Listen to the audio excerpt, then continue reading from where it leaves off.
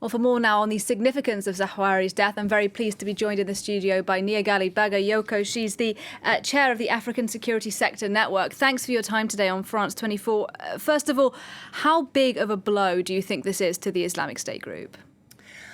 I think that for sure this is an important defeat and success, which shows that the French forces are able to disorganize and to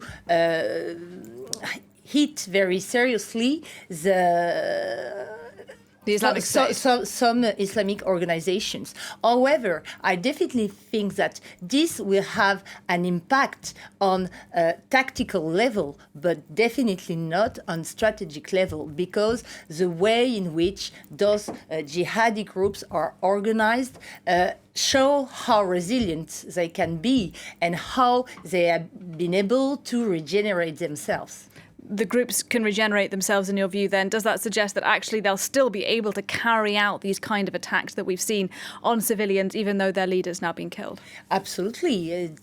There is no doubt about it. And even during the press conference, the head of the external intelligence services of France made clear that a new direction was being set up, and also that some communities were involved into it. This shows that jihadism in the Sahelian region is very well rooted on the ground among populations, among communities, because those populations are targets, of course, and they are put under lots of pressure.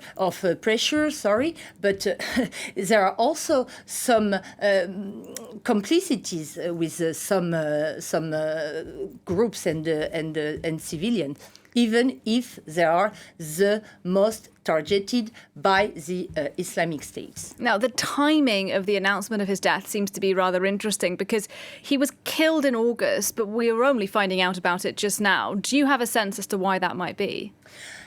Indeed, the first rumors about his death came around the 22nd of August. So it's been almost 1 month, which is a long time before making such an announcement. And in my view, this has probably to be linked to the rumors relating to some negotiations being conducted between the Malian authorities on the one part, and on the other with the Wagner private Russian security company. I think that France is feeling in a situation which is not very comfortable and needs to show that it is very efficient on the ground.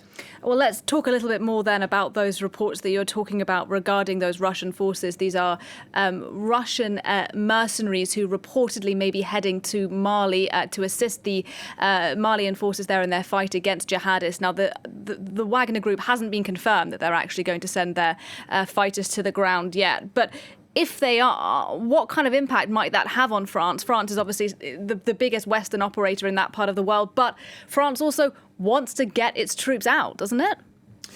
I think it is very important to remember that the cooperation between Mali and former Soviet Union has been very, very close, including after the independence. So those relations with Russia are not new. And even more recently, in 2012, then in 2019, we had seen that President Ibeka has been able to negotiate already an agreement with Russia. So what is new is the idea that some mercenary could come in. But it is important also to read those negotiations in the context of internal politics in Mali, because there is a kind of popularity among the Malian populations due to those historical links. And France, in my view, is not in a very good position, because the authorities are saying that it is a red line.